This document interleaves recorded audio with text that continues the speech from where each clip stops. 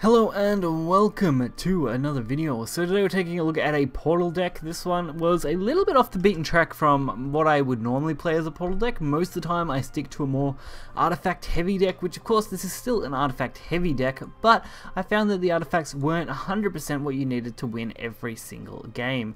So in this case we are running a Crystal Cannon, which I actually found to be quite a good card surprisingly, although I didn't really get to use it much. I definitely like the card on a whole. This card on the other hand, Steelarm Battler, surprisingly a good card.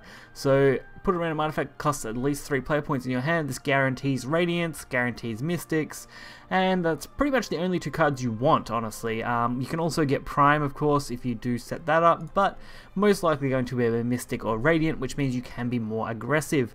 It's also running Ancient Amplifiers, which I haven't seen in many decks so far, and of course Puppet Strings as a good Forest Clear card. Everything else in this deck is actually pretty normal in regards to Sephiras, Deus Ex Machinas, and most of your early game cards. You know, the Mage Steel Iron through to the Iron Stuff mechanic are all pretty mix and matched cards from Portal that most people run in artifact decks in some capacity. Whether they're running them in these exact combinations is up for debate, but honestly that's pretty common. Of course, double substitution, because that's such a great card. I even have the one animated one, which looks really quite sweet, and other than that, this deck just does really well. I was actually very impressed with it, and it had some really good games. So we're going to get right into these games and check it out. So the first game we have for this video is against Blood. Blood is a very aggressive deck 99% of the time, with the occasional control Blood. Even the neutral Bloods are still quite aggressive. So this matchup is more in favor of Blood normally, although I found that if you do set up a nice defensive play early, Portal can be quite handy, which is why keeping Crystal Cannon and Iron Staff, I considered it pretty important to this matchup. Mecha Wing also was just a pretty good 2-drop, so why not keep that as well. We do get the Icarus on top of that, which means our turn 4 plays do open up into a much larger segment. And there is Evalesia the Fallen, going to be getting that sweet early damage in on me. But our Iron Staff does a nice job at just blocking things out. I do wish I had Dark General as a leader, because that card is pretty sweet, and I do actually quite like the leader artwork for it. So Wise Merman just giving a little buff. It does at least let them remove this 2/3. And our follow-up turn, Puppet Strings pretty much guarantees us the clear here. Puppets are just used to kind of pick off small fry mostly, so that's how I tend to use them. We should have a couple of reasonably interesting decks coming up in the next few days. Decks that I didn't expect to cover, but I have decided to do anyway, so why not? So this is clearly a neutral Blood deck, which doesn't surprise me all that much. This is where something like Dirk is amazing. Because it is a 5/3 rush, it does deal nicely with a lot of higher cost cards very easily, and it also pulls you artifacts that you can combo well with other cards. So Sun and Moon, or Moon and Sun, sorry, are very easy to deal with substitution. It's why that card is such a good card to have. So especially going in these neutral matchups, being able to use Sun and Moon is usually effective. Although I did decide to forego using our substitution here, just so I could favor killing this guy off easily. Of course, I could have done it even easier if I had have thought about it just a little harder. I probably could have just went with the substitution and Icarus on their own and then not had to worry, but I mean, who's taking a little bit of damage? It's not too big of a deal. So now we can go for our substitution play, along with a nice Mystic artifact, and if we want to, this Ancient artifact, but I do decide to at least not attack yet. I'm fine with leaving this 2/2 up, as it is the only card that they've got other than the 2 in hand, so I'd rather just leave them up for the moment and deal with them next turn. It's just the kind of playstyle I was going with as I tested this deck. I really wanted to see what I could do with it, and decided to at least push it to a bit of its limit. So the Deus Ex Machina, I actually really love this play, especially since I can play the Ancient Artifact for free. Go for a very nice mecha, and still remove everything very, very easily. I do decide to hold on to the Evo though, because I feel like that's going to be a pretty big card for me. So holding onto it I thought was going to be valuable enough.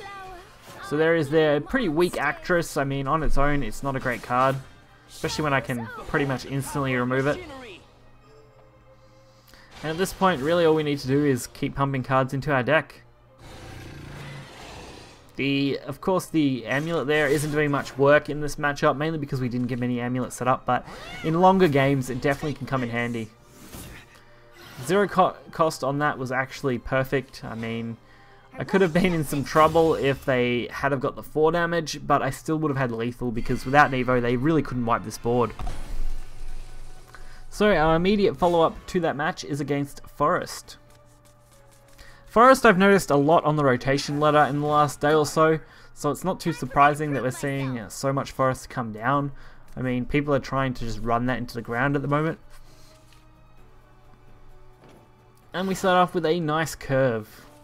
Not having a 1-drop doesn't really matter because most of your decent cards are 2-drops. And Lion into Cannoneer into Ironforge is actually a pretty reasonable start, especially against something like Forest.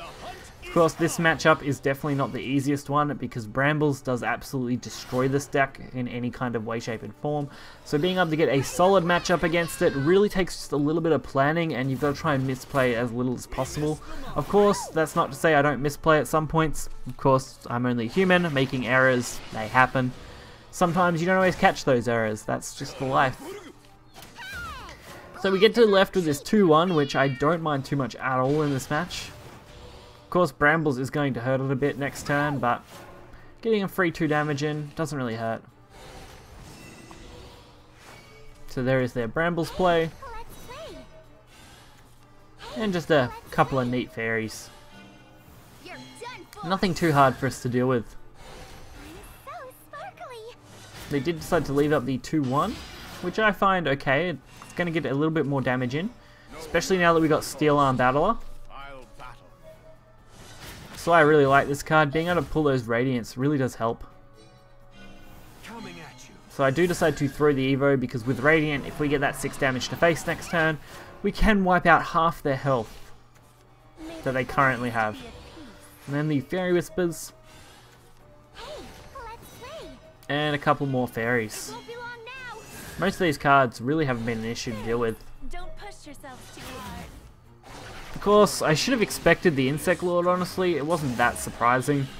But to have everything removed was kind of within my expectations, so going for the Radiant Artifact play and just hitting face was probably the better move I could go for in this situation. Is it the best? Definitely not. Is it good? I would say so. So Crystal Aaron is kind of annoying, definitely puts them out of reach, which makes this match just that little bit harder. So it does mean I now need to find a way to get that extra reach. So I do decide to go for Diablo and Mirina, just kind of drawing out an artifact. Luckily I get H an artifact, which with Accelerate at least lets me put some big body on the board. Plus we get those nice Radiants into our deck some more. Since this deck doesn't generate a crap ton of artifacts, and mainly just generates only a limited number, you're not too worried about overflowing your deck either. I have considered whether Rhino might be an okay play, but I haven't really found that I would want it in this deck, and if I did replace anything, it would probably be Crystal Cannon. So it's definitely a card to consider. But at this point in the match, we just need to be able to take the game for ourselves. Getting around this 2-5 ward is going to be the hardest thing. I honestly find that ward to be quite difficult, and it seems to be a staple in Forest at the moment. As I've fought at least 3 Forest decks in the last 10 games I've played, with varying decks, and I have to say that 2-5 is the hard one to deal with.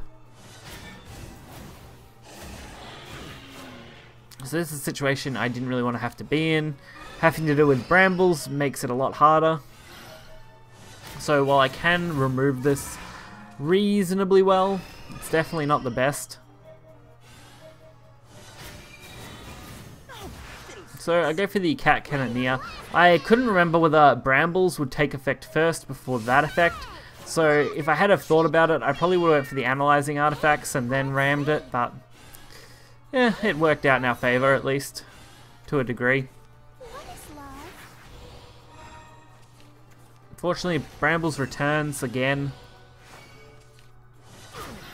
mean, at least this time we're still not taking too much damage, and we've got plenty of other artifacts here, along with our Iron Staff mechanics, to really go for our defensive plays. And at this point, really, we're just kind of bulking our deck out until we can draw something good. Behold the power of machinery. Forest doesn't really stand a chance of getting around this effectively without at least buffing and attacking, which isn't the easiest thing in the world to do this turn. It would require at least a decent boost. So with the cards they have now, they're really not getting around this currently, which is great. We do unfortunately burn a card in our next draw, but it's a risk I have to take. And I can't use artifacts to get rid of this. So we pretty much have to surrender this turn as best we can. Awaken. Now, if I had have thought about this play well enough, which I think I did a good job of, I really probably could have come up with something a little better. I did decide to pump another Radiant Artifact and Prime into our deck though instead, which I think was at least a reasonable play. I did get the ping I wanted, which was being able to deal reasonable damage to the 2-3 and be able to remove the 1-1, so that did work out in my favour. And at this point, I couldn't think of anything that would really kill me outside of a straight up Jungle Warden, so it was definitely a risk I was willing to take. Awaken. And from here, all I was really missing was a way to remove their cards without losing too much. Oh, come on! Which, since we have Spinaria still on board, I wasn't too concerned at all. Although if I had have, I suppose I could have probably went for the Ancient Artifact instead, but I think getting these down to 1-2s was exactly what I wanted. I had a chance of guaranteeing the removal on one of them, and even if I didn't, I mean, having them as 1-1s, it was pretty easy to deal with. So this was not the Portal deck I was actually expecting to cover. I found this deck and I thought, hey, this looks super interesting. I find most of my decks through Twitter, so if you guys ever want to find a lot of interesting decks, you can just go to #Shadowverse_deck and look through Twitter and see what you can find. I mean, a lot of stuff is actually quite interesting. If you've got the cards to give it a shot, I definitely recommend at least trying stuff if you're not too worried about your points. It's how I keep enjoying the game anyway, and finding decks like this is quite enjoyable. I know a few people wonder where some of these decks come from and why some of them are really weird.